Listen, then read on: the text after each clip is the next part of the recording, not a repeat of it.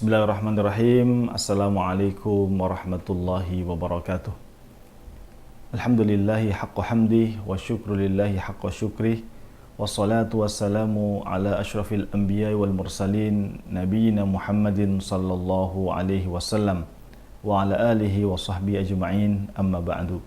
Kaum muslimin yang dirahmati oleh Allah Subhanahu wa taala. Setiap kita pasti membutuhkan harta. Dan harta ini bukan menjadi hal yang utama dalam kehidupan kita. Tapi orang tidak bisa beribadah, tidak bisa mendapatkan pendidikan yang baik, kecuali di antara sebabnya adalah dia memiliki harta. Atau ada harta yang kemudian dimanfaatkan untuk pembiayaan seseorang untuk belajar ilmu syar'i, atau mungkin membangun gedung untuk lembaga pendidikan Islam dan yang lain. Kita pada kesempatan kali ini insyaallah ta'ala akan mengupas tentang kaitannya dengan antara harta dengan pendidikan. Kemarin pada episode yang pertama kita sudah membahas bagaimana Islam memposisikan harta dan pendidikan. Harta sebagai unsur yang dibutuhkan dalam pendidikan.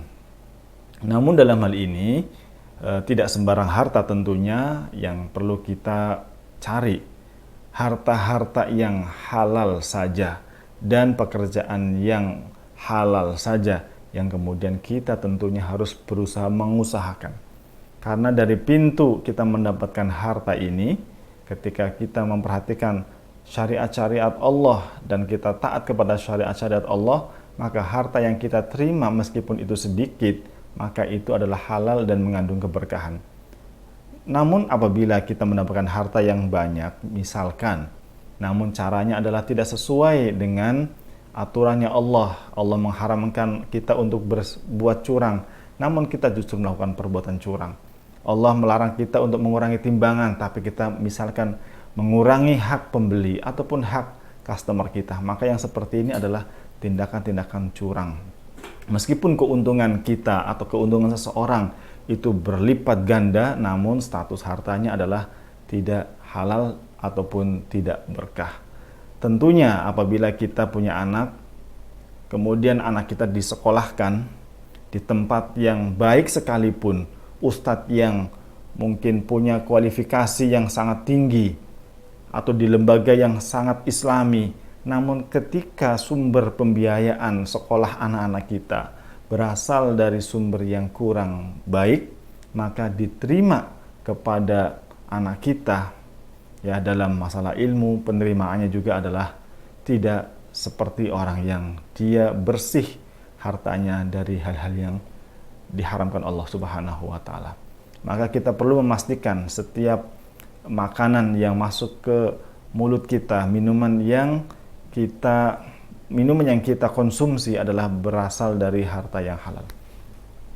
Kaum muslimin yang dirahmati Allah Subhanahu wa taala, kemudian manusia dalam mencari harta itu ada 3. Yang pertama adalah orang itu taat kepada aturan Allah dan dia berilmu. Orang yang seperti ini adalah yang selamat. Yang kedua adalah orang yang dia karena tidak memiliki ilmu atau tidak mau belajar ilmu dan terjatuh kepada hal-hal yang diharamkan. Yang seperti ini juga orang itu akan terjatuh kepada hal-hal yang diharamkan atau syubhat.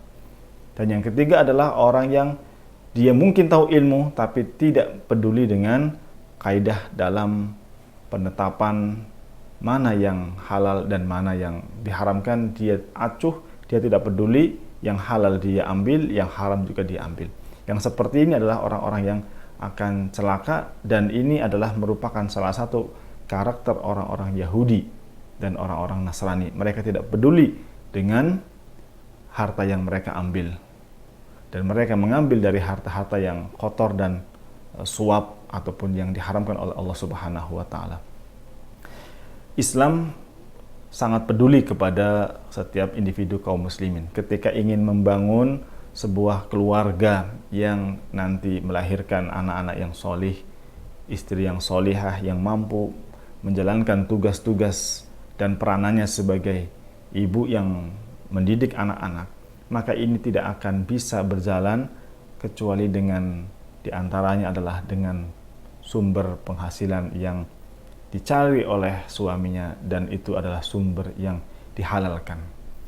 Sangat berat ketika kita berharap sebuah ketaatan pada anak kita, pada istri kita, namun ternyata sumber yang kita berikan dari makanan yang kita beli, air yang kita konsumsi, ternyata pembiayaannya adalah bukan dari yang dihalalkan atau caranya adalah bukan yang dibenarkan di dalam Islam. Oleh karena itu, mari kita bersama-sama introspeksi. Mungkin masih banyak harta yang kita terima ini bercampur antara yang halal dengan yang haram, bukan karena kita berprofesi sebagai orang yang bekerja dengan profesi yang haram, bukan. Tapi barangkali ada cara-cara yang kita jalankan dalam transaksi, dalam muamalah, dalam berbisnis.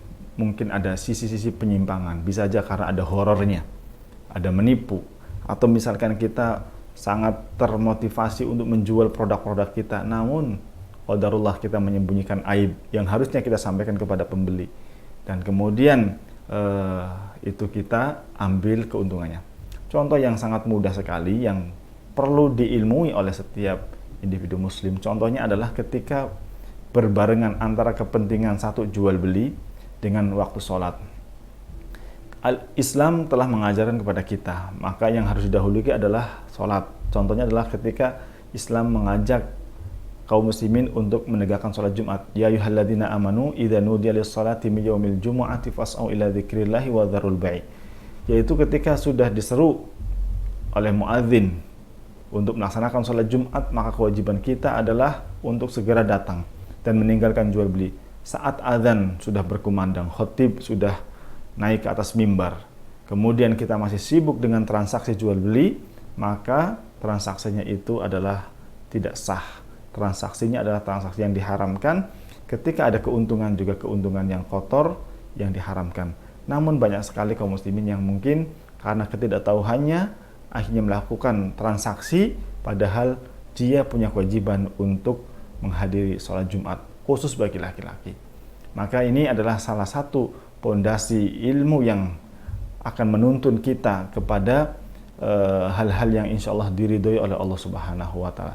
Sampai kemudian Umar bin Khattab radhiyallahu an dalam sebuah komitmennya dan sebuah peraturannya, beliau memberikan kebijakan la yabi fi suqina hadza qaumun lam yatafaqahu fid din.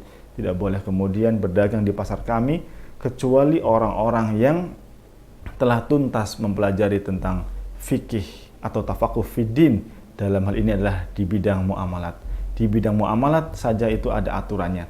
Apalagi kita berbicara tentang pendidikan, maka sumber pembiayaan dari harta-harta yang baik, yang halal, baik dari mungkin zakat, infak ataupun wakaf, inilah kemudian menjadi pendukung kelancaran dalam melahirkan generasi yang insya Allah mudah-mudahan dibimbing dan diridhoi oleh Allah Subhanahu wa Ta'ala. Wassallallahu ala nabiyina Muhammad wa ala alihi wa sahbihi ajma'in. Assalamualaikum warahmatullahi wabarakatuh.